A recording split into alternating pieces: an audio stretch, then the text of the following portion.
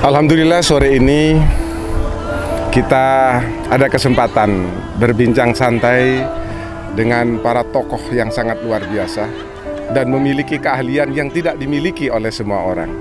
Di antaranya adalah, di samping kiri saya adalah Profesor Insinyur Atik Bintoro. Profesor Insinyur Atik Bintoro.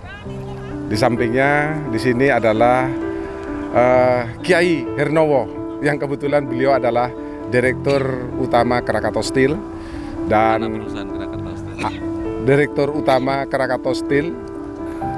Terus di sampingnya adalah Kiai Hasib ya, dan Kiai Abdul Munim, Kiai Adnan dan Kiai Mansur. Kita di sini kebetulan ada kesempatan bersilaturahim dalam giat PKPNU. Adik-adik dan sahabat-sahabat pramuka, saya sengaja ini ingin mengenal lebih jauh tentang apa itu nama LAPAN. Prof, mungkin langsung saja. Siap. Sebenarnya apa sih kepanjangan daripada LAPAN itu? LAPAN itu Lembaga Penerbangan dan Antariksa Nasional. Lembaga Penerbangan dan Antariksa Nasional. Sekarang bergabung di BRIN, Badan Riset dan Inovasi Nasional. Sejak kapan LAPAN itu didirikan, Prof? LAPAN didirikan sejak tahun 1963 oleh Bung Karno. Kenapa LAPAN itu kok harus didirikan ya, Prof? Saat itu Bung Karno punya cita-cita besar untuk Republik ini dalam rangka menguasai Dirgantara. Untuk menguasai Dirgantara maka diperlukan orang-orang yang bergerak di bidang sains, teknologi di Dirgantara. Nah, wadah dari orang-orang yang bergerak di dalam bidang sains dan teknologi Dirgantara diberi wadah oleh Soekarno, Lembaga Penerbangan dan Antariksa Nasional. Wah, keren itu, Prof. Prof Atik sendiri di LAPAN ini sebagai apa? Saat ini saya oleh pimpinan diberi amanah menjadi Kepala Riset dan Inovasi Pesawat Terbang Transportasi Nasional. Jadi sampai hari ini kira-kira usia LAPAN ini sudah berapa tahun, Prof? Dari tahun berapa tadi? Tahun 63 sampai sekarang. Berarti kurang lebih sekitar 57 tahun 57. Ya. 57 tahun usia yang tidak muda. Apa karya yang sudah dihasilkan dari LAPAN yang menjadi kebanggaan bangsa ini? Sebenarnya banyak banget apa yang telah dipersembahkan oleh LAPAN ke bangsa Indonesia. Di antaranya kalau di bidang saya, di antara desain roket RX 420, itu satu roket bisa mencapai 80 km dan bisa dibikin 3 stage, 3 tingkat, berarti ya 80 kali 3, 240. Roket ini punya misi untuk perdamaian, bukan untuk perang. Jadi semata-mata untuk kemanusiaan, misalnya untuk penelitian atmosfer, kemudian untuk melihat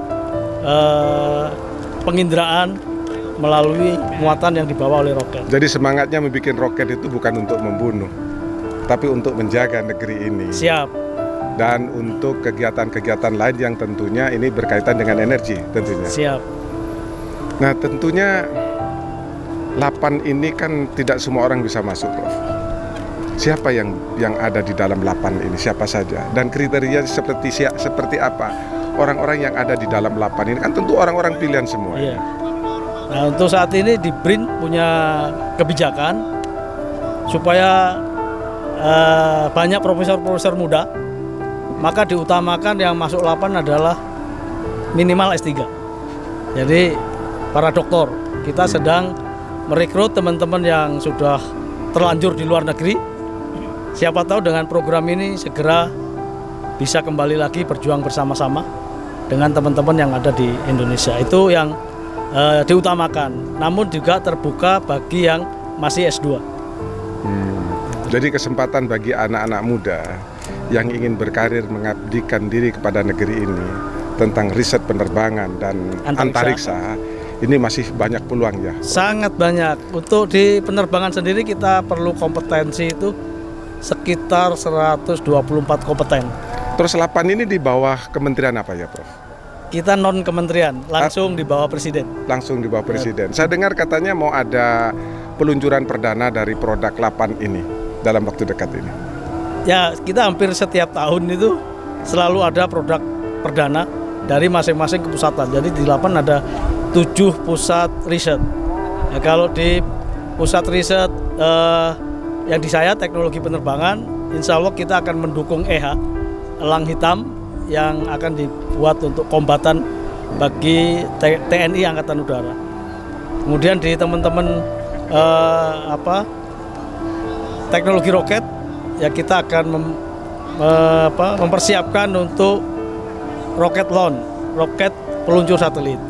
Kemudian untuk satelit sendiri kita sedang berambisi untuk membuat satelit semacam komersil, bikinan anak bangsa juga. Keren. Ini kebetulan di tengah-tengah kita ini kan ada sosok yang memang bertanggung jawab di bidang logam dan perbajaan. Baja. Kira-kira bahan baku untuk pesawat ini Krakatau Steel bisa menyiapkan juga? Ya, sampai saat ini memang belum pernah ada material yang dipakai dari baja untuk pesawat terbang. Karena kita terbuatnya dari aluminium paduan, misalnya aluminium AL 705 atau 725 dan seterusnya. Pak Ernowo bisa nggak bikin itu? Kami fokusnya di baja kebetulan. Jadi kalau Krakatau Steel fokusnya di baja, kalau dipakai untuk pesawat terlalu berat kalau material baja. Oh begitu ya. Materialnya harus yang ringan seperti aluminium ya. Jadi khusus memang itu. Jadi khusus untuk yang ringan dan kuat. Yang kita harapkan dari teman-teman Krakatau Steel, dulu pernah dilakukan kerjasama, itu membuat nozzle roket yang bisa dipakai sebagai konversi energi, pembangkit gaya dorong. Alhamdulillah sudah pernah dilakukan, hanya karena terbentur waktu itu masalah biaya dan lain-lain, belum diteruskan. Insya Allah nanti lewat Pak Ernowo kita harapkan akan kita teruskan benar-benar menjadi andalan anak bangsa untuk roket daya jangkau 80 sampai 240 km. Apa pesannya untuk anak-anak muda di negeri ini, Prof? Mari bergabung ke 8 dengan berbagai macam disiplin ilmu. Karena tidak hanya disiplin ilmu teknik, bisa juga disiplin ilmu sosial, disiplin ilmu hukum. Di antaranya hukum ini kita perlu didukung hukum-hukum internasional. Misalnya sekarang kita sudah sepakat kedaulatan Republik di antariksa itu sekitar 110 km dari atas bumi. Tapi ada beberapa negara yang mendesak karena mereka itu punya kemampuan teknologi yang pas di 100, hukum itu akan dirubah. Kedaulatan negara itu ada di 100 km. Tapi kita tetap memaksakan harus di 110. Karena kalau di 100, maka nanti banyak satelit dianggap itu daerah internasional sehingga dipasang pas di negara kita di 100 km. Itu sangat berbahaya bagi kedaulatan bangsa kita. Itu bagi teman-teman yang hukum. Nah, bagi teman-teman yang senang sosial, kita itu punya kawasan yang sangat amat memungkinkan menjadi daerah harta karunnya antariksa. Jadi harta karun itu bukan hanya di bumi, bukan hanya di udara, bukan hanya di air, bukan hanya di laut. Ternyata di antariksa juga ada harta karun.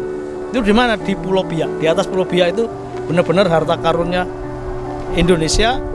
Berbagai macam peralatan di situ dipasang oleh peneliti seluruh dunia, oleh peneliti perekayasa seluruh dunia untuk mengawasi ada apa di sekitar 110 ke atas kilometer di atas Pulau Biak.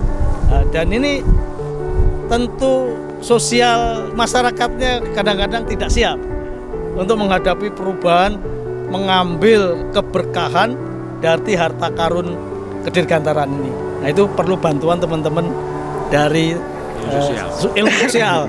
Bagaimana merancang social engineering di daerah itu supaya kita yang riset di atas sana jadi nyaman. Teman-teman ini juga melakukan riset engineering di masyarakat Timika, masyarakat Papua dan sekitarnya, sehingga kita bisa sama-sama membangun republik ini, sama-sama mencerdaskan anak bangsa sampai Aceh ke Papua. Kira-kira itu bagi teman-teman yang sosial. Ya. Terima kasih Prof, luar biasa. Tentunya kesempatan bagi anak muda di negeri tercinta ini sangat besar sekali, bahwa negeri ini juga harus dijaga bukan hanya di darat, di laut, tapi juga di udara. Agar Sampai kita antariksa. sampai ke antariksa. Kita akan bisa melihat secara detail bumi yang kita pijak, negeri yang dimerdekakan oleh para leluhur kita ini, tentunya tidak hanya bisa kita lihat dari darat, dari udara dan dari antariksa. Itu dibutuhkan ilmu. Kemana kita mendapatkan ilmunya? Di samping kiri kita ini kita doakan. Beliau adalah pakar dan tokoh di bidang pesawat dan antariksa. Semoga silaturahim pada sore hari ini selalu mendapatkan berkah dari Allah Subhanahu wa taala. Amin. Salam inovasi.